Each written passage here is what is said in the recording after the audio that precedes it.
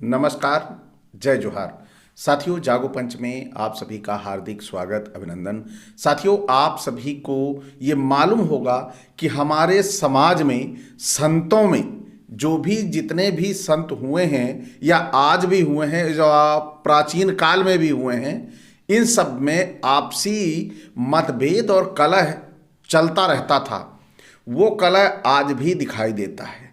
आप सभी देखते होंगे कि संत जो हैं एक दूसरे को कुछ ना कुछ बोलते रहते हैं। आपने देखा होगा कि प्रेमानंद और एक जो संत हैं जो आंखों से सूर हैं, उनकी आपस में नोक झोंक कैसे चलती है। लेकिन साथियों, आपको क्या पता है कि इस नोक झोंक के अलावा भी एक संत ऐसा हुआ है आज हमारे भारत में, जो जिसे देखकर जितने भी हिंदू संत हैं उस संत के पीछे पड़े हुए हैं, उस संत से सारे के सारे खफा हैं।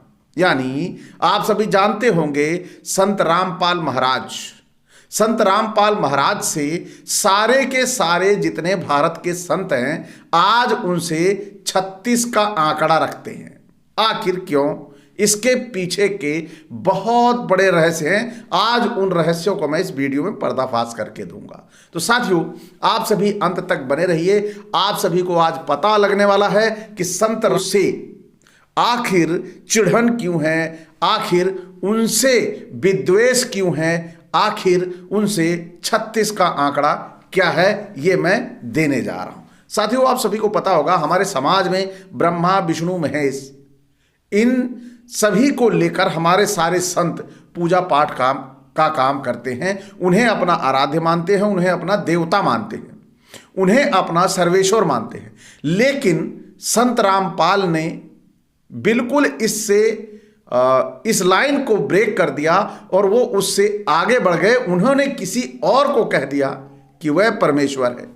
तो साथियों, आइए कुछ अंश में जो इनकी पुस्तक गीता एक नज़र में है, और उस पुस्तक के उन अंशों को आप पेज नंबर 78 का वो अंश सुनाता हूं, जिससे आपको पता लग जाएगा कि वास्तव में क्यों ये लोग जो संत हैं, संत तो रामपाल भी हैं, लेकिन जो संत हैं जो ब्रह्मा विष्णु महेश को अपना आराध्य मानते हैं, वो संत रामपाल से ईर्ष्या द्वेष क्यों 36 का आंकड़ा क्यों रखते हैं। आइए कुछ अंश आप जब देखेंगे पढ़ेंगे तभी जान पाएंगे। तो साथियों, आप देखिए, परमेश्वर कबीर जी विक्रमी संवत। अब देखिए यहाँ पर कबीर जी कौन? कबीर साहब, जिन्होंने कहा, बहुत सारी ऐसी कहावतें उनकी प्रचलित हैं जो सुन के आप दंग रह जाएंगी। उनकी कहावतें सुनकर आप सोचेंगे कि वास्तव में ये तो बहुत बढ़िया बात कह रहे हैं। कहाँ कर पाथर जोड़ के मस्जिद लियो बनाए, ताचड़ मुल्ला बांग दे का बहरा हुआ खुदाए। ऐसी ऐसी बातें कबीर जी ने कही हैं। तो जब ऐसी बातें कही हैं तो निश्चित तौर पर आपको पता होगा कबीर जी कौन थे, और उन्हीं कबीर को संत रामपाल जी कह रहे हैं कि वो परमेश्वर हैं। आइए देखते हैं कैसे कह रहे हैं। परमेश्वर कबीर जी विक्रमी संवत 1455 सन 1398 को प्रकट हुए। क्या प्रकट हुए? यानी जन्म नहीं लिए। निम्न अमृतवाणी, जब परमेश्वर 5 वर्ष की आयु से, यानी जब पूज्य कबीर देव यानी कबीर परमेश्वर लीलामय शरीर में 5 वर्ष के हुए सन 1518, यानी जब कबीर देव मगहर स्थान से सशरीर सतलोक गए, यानी पूरे शरीर के साथ, जो वो स्वर्ग लोग बोलते हैं, इन्होंने उसको सतलोक कहा, सत्यलोक कहा, क्योंकि मृत्यु सत्य है तो इन्होंने सतलोक कहा। तो के बीच में लगभग 550 वर्ष पूर्व सन 1450 में परम पूज्य कबीर परमेश्वर जी द्वारा अपने निजी सेवक दास भक्त आदरणीय धर्मदास साहेब जी को सुनाई थी, तथा धनी धर्मदास साहेब जी ने लिपिबद्ध की। परंतु उस समय के पवित्र हिंदुओं तथा पवित्र मुसलमानों के नादान गुरुओं, नीम हकीमों ने कहा कि यह धाणक जुलाहा कबीर झूठा है। यानी कबीर को कहा, जितने उस समय संत हुआ करते थे उन सभी संतों ने उनको कहा ये जुलाहा झूठा है, क्योंकि उन्हें जुलाहा कहा जाता था कि वो जुलाहे धानुक जात में उन्होंने जन्म लिया था। तो किसी भी सदग्रंथ में श्री ब्रह्मा जी, श्री विष्णु जी तथा शिव जी के माता पिता का नाम नहीं है, तथा ये तीनों प्रभु अविनाशी हैं। इनका जन्म मृत्यु कभी नहीं होता, न ही पवित्र वेदों व पवित्र कुरान शरीफ आदि में कबीर परमेश्वर का प्रमाण है। कहते थे कि सर्वशास्त्रों में परमात्मा तो निराकार लिखा है, यानी सब शास्त्रों में लिखा है कि परमेश्वर निराकार है, उसका कोई आकार नहीं है। लेकिन आज आप सभी आकार देख रहे हो कि सब जितने परमेश्वर हैं, जितने भगवान हैं, सबके आकार हैं। शंकर जी शिव जी का रूप दे दिया है, उन्होंने गले में लंबी लंबी सांपों की मालाएं पहन रखी हैं। विष्णु दे गया है, वो क्षीर सागर में आराम से लेटे हुए अपनी पत्नी से पैर दबा रहे हैं। सारी तस्वीरें बाहर आ चुकी हैं, सारे आकार बाहर आ चुके हैं। ब्रह्मा जी हैं, उनको भी आप सभी देखते हो, 3 सिर हैं उनके, तो वो भी, उनका भी स्वरूप आपके सामने बाहर आ चुका है। अब परमात्मा निराकार वाला है, वो तो बातें खत्म हो गई है। अब हमारा परमात्मा आकार वाला है, और इस आकार वाले परमात्मा के बारे में ही बातचीत चल रही है। आइए, भोली आत्माओं ने उन विचक्षणों यानी चतुर गुरुओं पर विश्वास कर लिया कि सचमुच यह कबीर धाणक तो अशिक्षित है तथा गुरु जी शिक्षित हैं, सत्य कह रहे होंगे। आज वही सच्चाई प्रकाश में आ रही है तथा अपने सर्व पवित्र धर्मों के पवित्र सद्गंध साक्षी हैं कि परमात्मा साकार हैं। वही पूर्ण परमात्मा ही जब चाहे प्रकट हो जाता है। वही परमात्मा काशी में कबीर नाम से प्रकट हुआ। इससे सिद्ध है कि पूर्ण परमेश्वर सर्व सृष्टि रचनाहार कुल करतार तथा सर्व कबीर देव कबीर परमेश्वर ही हैं, जो काशी बनारस में कमल के फूल पर प्रकट हुए तथा 120 वर्ष तक वास्तविक तेजों में शरीर के ऊपर मानव सदंश शरीर हल्के तेज का बना कर रहे तथा अपने द्वारा रची सृष्टि को ठीक ठाक ज्ञान देकर सशरीर सतलोक चले गए। अब आपको यहां पर साफ साफ पता चल रहा होगा विद्वेष का कारण क्या है। विद्वेष का कारण, विद्वेष का कारण है जहां पर जो हमारा हिंदू संत है सबने स्थापित कर रखा है, ब्रह्मा विष्णु महेश और बहुत सारी देवियां, वहां पर संत जो रामपाल जी हैं उन्होंने सब पे हैट्रिक मारते हुए उन्होंने कह दिया कबीर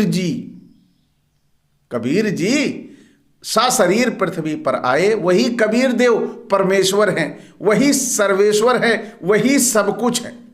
अब आप समझ सकते हैं जिसकी बातों को का मतलब बिल्कुल बर्दाश्त ना कर सके कोई, यानी कबीर जी की जो दोहे हैं, कबीर दास के जो शब्दावली है, वो आप सभी देखिए, बहुत सारे ऐसे उनके दोहे हैं जो पढ़ लेंगे आपको सोचेंगे अरे बाप, इतना मतलब ठोस शब्दों में अपनी बातों को बयां कर रहे हैं।